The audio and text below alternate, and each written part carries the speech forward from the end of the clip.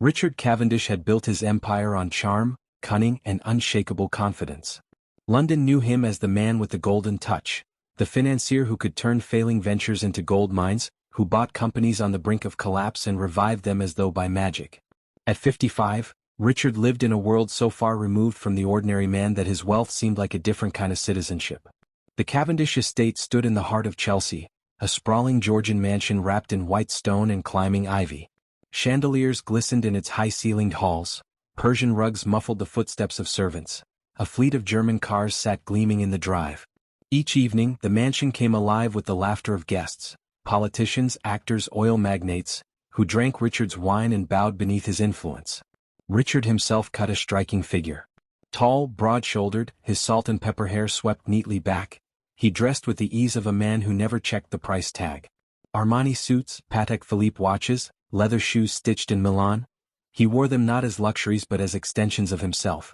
People noticed his eyes first, sharp gray and always calculating, as if weighing the profit in every soul he encountered. On that warm May morning, he sat at the breakfast table overlooking his manicured gardens. The Financial Times lay open before him, its pink pages whispering the familiar song of markets and deals. A butler poured his black coffee. Across the table, a crystal bowl held fresh strawberries, the kind flown in weekly from France. Richard barely tasted them. For him, luxury was no longer a delight, it was the air he breathed. "Another merger proposal, sir?" the butler asked softly, noticing the paper. Richard smirked. "Another company on its knees. And I'll be the one to lift it, or bury it." Such was his philosophy. Business was not kindness, it was conquest. That afternoon, Richard arrived at Cavendish Holdings' glass-walled headquarters in Canary Wharf. The tower gleamed against the Thames, a monument to his ambition. Employees stood straighter when he entered the lobby, their whispers following him into the private lift. Richard thrived on that deference. Power was his favorite perfume. The boardroom was already buzzing with directors when he swept in. They rose to greet him, papers clutched nervously. "Gentlemen," Richard said, lowering himself into the leather chair at the head of the table. "Let's talk about the Harrington Steel acquisition." Charts were displayed, profits projected. But as the voices droned, Richard's attention lingered on the numbers flashing red across the quarterly report. Rising debts. Declining liquidity. He brushed the thought aside. Every empire had cracks. What mattered was confidence. If he believed the ship would float, others would too. "Approve the deal," Richard declared. "By year's end, Cavendish Holdings will have doubled its assets." The directors exchanged wary glances, but none dared oppose him. Richard's word was gospel. That night, Richard attended a gala at the Ritz. Diamonds sparkled, violins sang, champagne flowed. He moved among London's elite like a king among courtiers. "Richard, old boy," boomed Lord Henry Ashcroft, clapping him on the back. "Still the sharpest fox in the city. Tell me, is it true you've got your eyes on the Harrington takeover?" Richard only smiled, raising his glass. "When I set my eyes on something, Henry, it rarely escapes me." The crowd laughed, charmed and reassured. Richard Cavendish was untouchable, eternal. Or so it seemed. Yet, alone in his study past midnight, silence pressed heavily against him. The fire crackled, casting restless shadows across shelves lined with leather-bound books he never read. He poured himself a measure of scotch, staring at the portrait above the mantelpiece. It was of himself, painted a decade ago, the picture of triumph. The artist had captured his proud jaw, the glint of confidence in his eyes. But now, staring back at it, Richard felt a strange dissonance. The man in the portrait seemed invincible. He, sitting in the chair, felt mortal. A flicker of unease passed through him. Just a flicker. He drowned it with another sip of scotch. The following weeks were a blur of business. Harrington Steel was absorbed, but at twice the projected cost. A South African mining deal soured. An ambitious investment in Eastern Europe bled capital faster than expected. Richard dismissed each setback as temporary. But the whispers began. Investors grew restless. Old allies avoided his calls. Creditors tightened their demands. At first, Richard ignored them. He drove his Bentley through Mayfair, lunched at the Dorchester, hosted glittering soirees. Appearances mattered.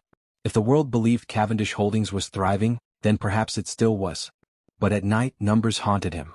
Losses mounting, liquidity vanishing. The empire he had built brick by golden brick trembled on its foundations. And somewhere, buried in the vault of memory, a voice whispered, a woman's voice, bitter and broken. One day, Richard Cavendish, you will know what it means to be abandoned. He shook the thought away. Clara was long gone. That life had been erased. He had chosen wealth and wealth had chosen him. Until now. By late autumn, Richard's decline could no longer be hidden. His mansion grew quieter, parties fewer. Servants whispered of bills unpaid. The butler who had once poured his coffee left without ceremony, seeking steadier employment. One rain-soaked evening, Richard sat in his study surrounded by foreclosure notices. The scotch trembled in his hand. Pride battled with desperation inside him. There was one chance left. A loan. Not from just any bank, but from the most reputable financial institution in London, the very symbol of stability. If he could secure it, he could rebuild. If not. Richard set the glass down with a trembling hand. Tomorrow he would make the call. He told himself it would be simple. Banks had always courted him, thrown money at his ventures. Why should now be different? But as he stared into the dying fire, unease gnawed at him. He was no longer the man in the portrait. He was no longer untouchable. For the first time in decades, Richard Cavendish felt the chill of fear. And far across the city, in a penthouse office overlooking the Thames, another figure worked late into the night. A woman in her early 30s, elegant in a navy suit, her dark hair swept into a professional bun. Her name was Sophia. She signed documents with swift precision, the weight of her position evident in every movement. CEO of the very bank Richard would soon crawl to. She had been waiting for this moment all her life. The summer sun filtered through the tall windows of Cavendish Holdings, glinting against the glass table in the boardroom. Richard Cavendish sat at its head, exuding authority as usual, yet his pen tapped faintly against the polished surface, an unconscious rhythm betraying unease. The directors spoke in careful tones, their voices a mixture of optimism and hesitation. The Harrington Steel integration has been more challenging than anticipated, ventured Mr. Lawrence, a balding man with round spectacles. The unions are restless. Output hasn't matched projections. Richard waved a dismissive hand. Growing pains. Once they adjust to Cavendish leadership, numbers will rise. Steel is the future, gentlemen. And I intend to control it. There were nods, though reluctant ones. For years, Richard's instincts had turned ventures into gold. Yet whispers had begun to spread. Deals overreaching. Projects underperforming. The magic touch losing its luster. When the meeting ended, Richard strode to his office, a corner suite overlooking Canary Wharf. From his window, he saw the restless Thames, its tide lapping against the shore. The city stretched outward in glass and steel, built on ambition and risk. He had conquered this city once. He would not let it conquer him now. Still, unease gnawed at him. The first Real crack appeared at a charity auction in Kensington. Richard arrived in his black Bentley, his suit tailored to perfection, a blonde model half his age clinging to his arm. Cameras flashed, champagne corks popped, and yet the air carried a strange chill. Conversations dimmed when he passed. A few old allies avoided eye contact. Lord Ashcroft, once a loyal drinking companion, offered only a tight smile. Richard, I hear the Harrington deal's costing you a pretty penny. Rumors are swirling. Richard chuckled too loudly. Rumors are for men with nothing better to do. Cavendish Holdings is stronger than ever. But as he raised his glass, he noticed Ashcroft's quick glance toward another guest, Philip Grant, head of a rival investment firm. They whispered together, smirking. Richard's jaw tightened. The vultures were circling. By autumn, the financial press began to speculate. Cavendish Holdings overextended? Read one headline. Another called him, the last gambler of London. Richard tore the newspapers in half and tossed them into the fire. Yet even he could not deny the figures on his desk. Assets tied up, debts mounting, liquidity dwindling. Banks that once threw open their vaults now delayed his calls. Still, he clung to appearances. The Chelsea mansion hosted fewer parties, but when they came, he made sure they glittered. He wore his finest suits, drove his finest cars, dined in the finest restaurants. To the world, Richard Cavendish was still the millionaire king. But alone at night, staring at spreadsheets that bled red, he felt the crown slipping. The breaking point arrived on a cold November morning. Richard sat in his office, reading a letter from his South African partners. The mining venture had collapsed. Political instability, riots, and sabotage had made the operation untenable. Losses amounted to tens of millions. He crushed the letter in his fist. Moments later, his secretary entered nervously. Sir, Barclays has declined the rollover of your credit line. Richard looked up, his eyes flashing. Declined? They said you're financial exposure is too high. They won't renew the facility. The words hit like a hammer. Barclays had been his ally for 2 decades. If they doubted him, others would follow. Get me Goldman Sachs, Richard snapped. Today. But Goldman too declined. That evening, Richard sat in the back of his Bentley, staring blankly as the city lights blurred past. London, once his playground, now seemed hostile. Every skyscraper, every glowing window whispered of betrayal. For the first time in 30 years, Richard Cavendish tasted fear. At home, the silence was unbearable. The servants, sensing decline, moved like ghosts. The butler had gone, the gardener dismissed. Rooms that once rang with laughter now echoed with emptiness. Richard poured himself a scotch and stared at the fire. His reflection in the glass mocked him, lined, weary, the arrogance slipping from his eyes. He thought of Clara then. It startled him, the memory of her face, young, beautiful, wounded the day he walked out. She had begged him not to leave, begged him to think of their daughter, barely a year old. I won't live in poverty with you dragging me down, he had said coldly. I was born for more than this. He had walked away. That child. Sophia. He hadn't thought of her in years. What had become of her? He didn't know. He had never cared to ask. Now, in the ruins of his empire, the thought returned, unbidden and unwelcome. One day, Richard, you will regret this. Clara's voice haunted him still. By December, desperation consumed him. Creditors hounded. Lawsuits threatened. His once loyal board muttered of resignations. The empire of Cavendish Holdings crumbled piece by piece, like a grand cathedral reduced to rubble. There was one path left. Alone. Not from Barclays or Goldman or any of the others who had abandoned him. But from the Metropolitan Bank of London, the most prestigious institution in the city. If they backed him, confidence would return. Investors would follow. He could rise again. Yes, that was the plan. Richard summoned his last reserves of pride. He shaved carefully, chose his finest navy suit, knotted his silk tie. The man in the mirror looked older, thinner, but still carried the ghost of authority. He would walk into that bank not as a beggar, but as Richard Cavendish, the man who had conquered London once before. He would not beg. He would negotiate. He would win. Or so he told himself. The morning of the meeting dawned gray and cold. Richard's Bentley slid through the mist, past the grand facades of the city. His hands clenched and unclenched in his lap. He rehearsed his words silently. Gentlemen, the losses are temporary. With your support, Cavendish Holdings will recover and thrive. This is an opportunity, not a risk. He believed it. He had to.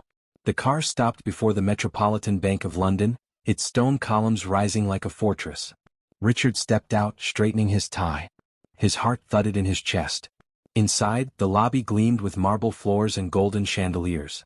Men in suits moved briskly, women in tailored dresses clicked across the tiles. At the reception desk, Richard announced himself.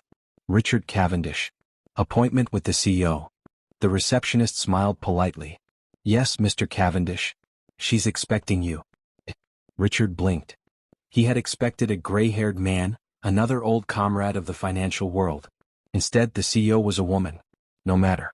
Gender did not concern him. All that mattered was securing the loan. Still, a strange unease stirred in him as he followed the assistant toward the elevators. Up they went higher and higher until they reached the top floor. The assistant led him down a carpeted corridor and opened a pair of tall glass doors. Mr. Cavendish, she said softly, this is our CEO. Richard stepped inside. And froze. Behind the mahogany desk, rising to greet him, stood a woman in her early 30s. Elegant, poised, her dark hair swept into a bun, her navy suit perfectly tailored. Her eyes, sharp, piercing, met his with unsettling calm. Something about those eyes. Mr. Cavendish, she said coolly. Welcome. I am Sophia Reynolds, Chief Executive Officer. Richard extended his hand automatically. She shook it firmly, then gestured for him to sit. As he lowered himself into the chair, Richard's pulse quickened. He couldn't place it, but something in her face stirred an old memory. A memory he had tried for decades to forget. And across the desk, Sophia studied him with a gaze that cut deeper than any creditor's demand. She knew exactly who he was. The office of the Metropolitan Bank CEO was a world apart from the bustling chaos of the trading floor below. Floor-to-ceiling windows framed the Thames, its gray waters sliding silently beneath Tower Bridge. The desk was immaculate, polished wood with only a laptop, a pen and neatly stacked documents. Richard Cavendish sat opposite Sophia Reynolds, shifting in his chair as though the leather resisted him. For the first time in years he was no longer the dominant figure in the room. Sophia regarded him with measured calm. Her dark eyes did not flinch. Her expression was composed, almost clinical. "So, Mr. Cavendish," she began, her voice low but firm, "you've applied for a line of credit, £200 million. That is ambitious." Richard forced a smile. "Ambition has always been the lifeblood of London, Miss Reynolds. Cavendish Holdings has endured setbacks, yes, but with proper backing we will recover stronger than ever." He leaned forward, his voice gaining the charm he had once used to disarm rivals and seduce investors. "This isn't a gamble, it's an opportunity. Back me and I'll repay the faith tenfold." Sophia made no note, no smile. She folded her hands on the desk. "Our risk assessment shows a different picture. Your South African mining losses, the Harrington integration costs, the failed Eastern European expansion. Cavendish Holdings is over-leveraged and hemorrhaging capital." Richard's jaw tightened. He was not used to hearing his failures listed so coldly, so clinically. "Temporary storms," he said firmly. "I've weathered worse." "Perhaps," she replied. "But this bank is not in the business of nostalgia. We trade in hard numbers, not reputations." Her words cut like ice. For a moment, Richard almost snapped, almost reminded her of who he was, of the decades he had ruled the city. But something in her gaze stopped him. She wasn't intimidated. She wasn't impressed. She was personal. There was something in her face, a shadow of memory. "Where have I seen those eyes before?" he thought. Sophia, meanwhile, fought to maintain her composure. Sitting across from her was the man who had shaped her entire life without ever being present. The man whose absence had driven her mother to struggle, whose betrayal had carved steel into her own bones. He looked older than she remembered from the photographs Clara had kept hidden away. Lines etched deep around his mouth, gray threading through his once dark hair. Yet the arrogance was the same, the charm, the belief that he could buy or bluff his way out of anything. Sophia had dreamed of this moment since she was a girl. But dreams never prepared you for reality. Her heartbeat thundered, yet her face remained unreadable. "You understand," she continued, her tone professional, "that a loan of this magnitude cannot be approved lightly. The board will require compelling assurance." Richard seized on the opening. "Assurance? You have my word. My history. My empire, yes, battered but not broken. I've built wealth from ruins before. I can do it again." He straightened, summoning every ounce of his former majesty. "Metropolitan would be wise to stand with me.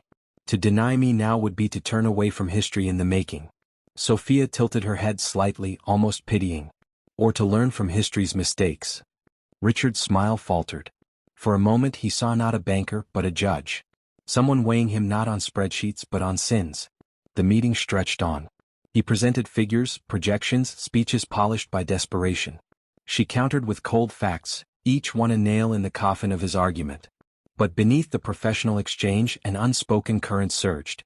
Richard felt it though he couldn't define it. The way her eyes lingered a second too long. The subtle sharpness in her tone, as if every question carried a hidden edge. Finally, Sophia closed the folder before her. "Thank you, Mr. Cavendish. I will present your request to the board." Richard leaned back, exhaling. Relief flickered, until she added, "Though between us I find your case difficult." Her eyes locked with his. For the first time Richard felt exposed, stripped of the armor of wealth and charm. He left the bank unsettled. The meeting should have been routine. Banks had always bent to him. Yet this woman, this Sophia Reynolds, had rattled him. Back in his Bentley, he poured himself into the leather seat, staring at the rain streaking the windows. The city rushed past, uncaring. "Who is she?" he muttered. That night, sleep eluded him. He dreamed of Clara's face, her tears the day he walked out. He dreamed of a baby crying, small arms reaching as he turned his back. Sophia. That had been the child's name. He woke with a jolt, sweat dampening his sheets. His heart pounded. It was impossible. Ridiculous. The CEO of London's most powerful bank couldn't be. Could she? Sophia, meanwhile, sat in her office long after Richard had gone. She closed her eyes, memories flooding back. Her mother, Clara, sitting at a kitchen table in a crumbling flat, bills spread before her. "Don't you ever depend on a man, Sophia," she had whispered. "Men leave. But you," she had touched Sophia's cheek, "you will rise." And she had. Every exam top marks, every scholarship earned, every promotion fought for. She had carved her way to the top with a relentless will, carrying her mother's voice in her heart. And now, the man who had abandoned them sat in her office, begging for salvation. Her lips curled into a bitter smile. Fate had a cruel sense of irony. She reached for the phone. "Tell the board," she said softly to her secretary, "we will convene tomorrow. I want Cavendish's proposal at the top of the agenda." She placed the receiver down and stared once more at the London skyline. Tomorrow Richard Cavendish would face judgment. And this time it would not be in his favor. The boardroom of the Metropolitan Bank of London was nothing like the ones Richard Cavendish had dominated for decades. Here, the walls rose in clean glass, overlooking the river. A long table of polished oak stretched beneath bright recessed lights. The very air carried weight, an unspoken reminder that decisions made here rippled across markets, governments, and lives. Richard adjusted his cufflinks, willing his pulse to steady. He had faced kings and tycoons, crushed rivals, bent politicians. Yet this morning as he entered the boardroom, he felt the sting of nerves. At the head of the table sat Sophia Reynolds. Her navy suit was immaculate, her dark hair neatly pinned. She offered the faintest nod as he took his seat across from her. Around them, the bank's directors shuffled papers, their expressions polite but distant. Richard cleared his throat. "Gentlemen, ladies," he began, letting his voice carry with the authority of old. "You all know my record. Cavendish Holdings has driven growth in industries across 3 continents. Yes, we've faced turbulence, but turbulence is the price of vision. With your support, I can turn this storm into a new era of prosperity." He leaned forward, locking eyes with the directors one by one. "A loan of £200 million will not just salvage my company. It will make you partners in the resurgence of one of London's greatest empires." A murmur passed along the table. Some scribbled notes. Others frowned. Sophia remained silent, watching him. "Mr. Cavendish," one director finally said, "your recent ventures have been troubling. Harrington Steel, for instance, projected to be profitable by now, but instead drowning in labor disputes." "Temporary obstacles," Richard replied smoothly. "I have strategies in place. Negotiations with the unions are already underway. Your mining losses in South Africa, tens of millions evaporated. Political instability, unforeseeable. But the assets remain valuable and I have buyers in discussion." Another director leaned forward. "And Eastern Europe?" Richard forced a smile. "Every pioneer faces setbacks. The question is not whether I've stumbled, but whether I can rise. And if history proves anything, it's that Richard Cavendish always rises." A silence followed. The weight of skepticism hung thick. Sophia finally spoke. "History," she said softly, "is not always a guarantee of the future." All eyes turned to her. Richard's stomach tightened. He had felt this before, in negotiations where the tide turned against him, where the room's loyalty slipped like sand through his fingers. But this was worse. He could not read Sophia. Her gaze was steady, unyielding, like steel cloaked in silk. She tapped the folder before her. "The board has reviewed your proposal, Mr. Cavendish. The numbers speak clearly. Cavendish Holdings is over-leveraged, undercapitalized, and bleeding assets. Granting this loan would expose our institution to unacceptable risk." Richard bristled. "Risk is the mother of reward. Metropolitan has never shied from bold moves." "Bold?" she repeated, her tone cutting. "Or reckless?" The word sliced through him. He opened his mouth to retort, then stopped. There it was again, that strange familiarity in her voice, in the way she delivered judgment. Where have I heard that before? The meeting dragged on. Questions were fired, numbers dissected, projections challenged. Richard countered with the eloquence of a man fighting for his legacy. Yet every argument seemed to crumble against Sophia's calm dismantling. Finally she closed the file. "Thank you, Mr. Cavendish. The board will deliberate. You'll have our decision within 48 hours. Dismissed." The word wasn't spoken, but Richard felt it. He rose slowly, every movement weighted with humiliation. For the first time in his career, he had been reduced from a king to a supplicant. As he turned to leave, Sophia's voice halted him. "Mr. Cavendish." He looked back. Her eyes held his, unwavering. "Do you ever think about the past?" she asked. The question was odd, almost intimate. He frowned. "The past is for the weak. I deal in the present, and the future." Sophia's lips curved in a faint, enigmatic smile. "Some pasts," she said softly, "are not so easily escaped." Richard's breath caught. For a moment, he thought he saw Clara's face flicker in hers. Clara, with her sharp cheekbones and dark eyes, standing in the doorway of their shabby flat all those years ago. He blinked and the vision was gone. Only Sophia remained, her expression unreadable. That night, Richard sat alone in his Chelsea study, the fire dying to embers. He replayed her words again and again. Some pasts are not so easily escaped. Who was this woman? He had looked into countless faces across his life, but hers unsettled him. Her confidence, her poise, her quiet authority, it was as if she were more than a banker. As if she knew him. He poured another glass of scotch, though his hand trembled as he lifted it. Could it be? No. Impossible. That child, Sophia, would be in her 30s now. And Sophia Reynolds. But those eyes. Those eyes. Richard set the glass down with a thud. For the first time in decades, his mind was not on profits or deals, but on a decision he had buried deep. The day he abandoned Clara and their baby. The decision that had seemed so necessary, so inevitable. And now, like a ghost rising from the grave, it threatened to devour him. Sophia, meanwhile, remained at her desk long after the board had dispersed. She stared at the city lights, her reflection faint in the glass. She had waited 25 years for this moment. To see him brought low. To hold his fate in her hands. And yet, when she looked into his weary eyes, she had not only seen arrogance. She had seen fear. Regret. A man stripped of the armor she had once imagined indestructible. Was that justice? Or would justice come only when he knew exactly who she was? Her hand hovered over the intercom. Prepare the files on Cavendish Holdings, she instructed her secretary. Tomorrow we'll finalize our decision. But as she leaned back in her chair, her heart beat with restless anticipation. Soon he would know the truth. And nothing, not wealth, not charm, not pride, would save him then. The next morning, Richard Cavendish stood before the mirrored wardrobe in his penthouse. He chose his suit carefully, deep charcoal, a crimson tie, polished shoes. Armor. Every stitch whispered of dignity, of the power he once wielded.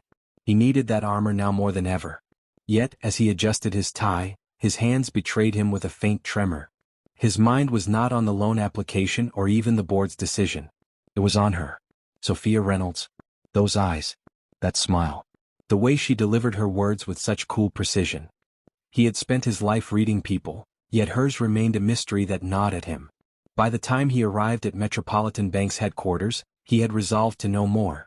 Sophia's office was perched on the top floor, a space of glass, steel, and restrained elegance. From behind her desk, she could command a view of the Thames, the city skyline, the whole of London's financial heart pulsing below her. Richard entered, guided by her assistant. She rose, extending her hand. Mr. Cavendish. Please sit. The courtesy was polite but distant, a queen acknowledging a subject. Richard took his seat opposite her. Sophia regarded him steadily. The board has not yet reached a final decision. But I wanted to speak with you. Privately. The word prickled at him. Privately. He leaned forward. Then speak. Her expression softened, if only slightly. Tell me, Mr. Cavendish, do you ever regret? The question hit like a slap. He froze. Regret? Yes. Her gaze didn't waver. You built an empire. You held the world in your hands. But what did you sacrifice along the way? Richard forced a laugh. Sacrifice is the foundation of greatness. Nothing worth having comes without a cost. Sophia tilted her head. And what if the cost was a family? The room seemed to shrink. He gripped the armrest of his chair. What exactly are you implying, Miss Reynolds? Her eyes glimmered. Only that every decision leaves echoes. Some louder than others. Richard's breath caught. The timbre of her voice, it was Clara's. Not in pitch, but in conviction, in the unflinching directness he remembered from the woman he had once loved. He cleared his throat. You speak like someone who knows me. A faint smile touched her lips. Perhaps I do. Silence stretched between them, electric and heavy. When Richard left her office, the corridors of the bank felt like a maze designed to mock him. He barely noticed the marble floors, the gleaming fixtures, the bustling analysts with their laptops. His thoughts spun only around Sophia's words. Family. Sacrifice. Echoes. Could it be?